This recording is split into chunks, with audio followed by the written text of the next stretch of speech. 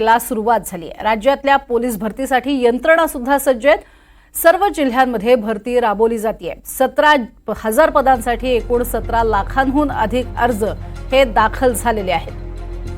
जिल्ह्यातल्या ठिकठिकाणी सध्या पदभरती जी आहे ती सुरू होतीये आणि त्यासाठी परीक्षा, शारीरिक चाचण्या या सुरू झालेल्या आहेत। ज्या ठिकाणी पाऊस असेल त्या ठिकाणी चाचणी होणार नाही, शारीरिक चाचणी ही त्या दिवशी नसेल असंही यापूर्वीच स्पष्ट करण्यात आलेलं आहे। मात्र सध्या आपण जर पाहिलं तर अनेक ठिकाणी पोलीस भरती जी आहे त्याची प्रक्रिया सुरू झाली आहे।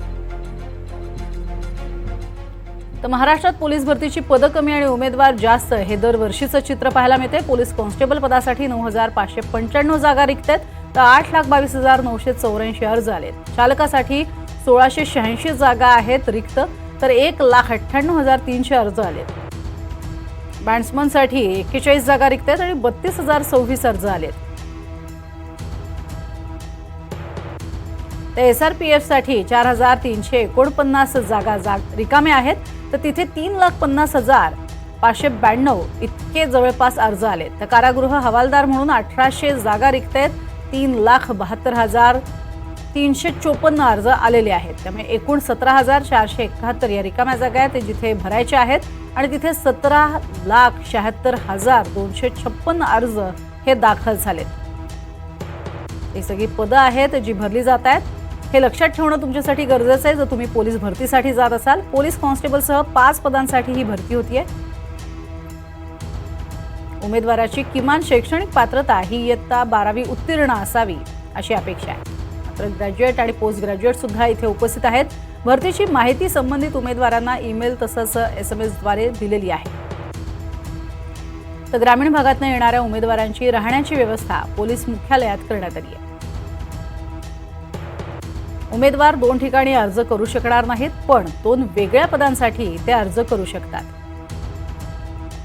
तो उमेदवारांची मैदानी परीक्षा एकाच दिवशी होणार नाहीये। ज्या ठिकाणी पाऊस पडेल तिथे भरती प्रक्रिया ही थांबवली जाणार आहे। भरती प्रक्रिया ज्या दिवशी पाऊस नसेल त्या दिवशी घेतली जाणार आहे। आणि या संदर्भातच आढावा घेतलेला आहे आमची प्रतिनिधी जुई जाधव हिनं। सर्वांना प्रतीक्षा होती ती पोलीस भरतीची प्रक्रिया अखेरी सुरुवात झालेली आहे। पोलीस भरतीसाठी इथे विद्यार्थी जमा झालेले आहेत। खूप महत्त्वाकांक्षेने हे सगळे विद्यार्थी जे आहेत ते पोलीस भरतीची वाट बघत होते आणि अखेरीस तो क्षण आलेला आहे। पोलीस भरतीची प्रक्रिया सुरू झालेली आहे। इथे यांचे प्रशिक्षक देखील आहेत, आपण त्यांच्याकडून जाणून घेऊया। काय सांगाल, कशा प्रकारे तयारी झालेली आहे मुलांची, कारण का अखेरीस पोलीस भरतीची प्रक्रिया सुरू झालेली आहे? तयारी तर 100% आमची चालू आहे आणि अजूनही तयारी पुन्हा चालूच आहे। पाऊस आता वरून पाऊस पडतोय तरी पण चालूच आहे प्रॅक्टिस। पावसामध्ये मुलं भिजतात, भिजून डोक्याला कॅप वगैरे लावून आहेत, तरी पण आजारी पडण्याची शक्यता आहे, तरी पण प्रॅक्टिस आमची चालू आहे। एकदम फिटमध्ये तयार आहेत मुलं। खरं तर खूप प्रतीक्षा होती, पोलीस भरतीची प्रक्रिया कधी सुरू होणार याची वाट सगळेजण बघत होते। वाटलं होतं इतक्या लवकर, म्हणजे इतक्या कालावधीनंतर ही सुरू होईल प्रक्रिया? मीच नाही, अख्ख्या महाराष्ट्राची मुलं वाट बघतायत की पोलीस भरती कधी डिक्लेअर होणार आणि कधी ग्राउंड होईल, कधी लेखी येईल, हे सगळेच वाट बघतायत। पण आता ही पण मुलं 100% तयार झाली। आता पूर्णपणे आता यांच्यामध्ये आतुरता झाली की ग्राउंडला आम्ही कधी जाऊ आणि एक्झाम कधी देऊन पुन्हा येऊ, का आपलं मेरिटमध्ये नाव कधी येईल याची अपेक्षा आहे मुलांना।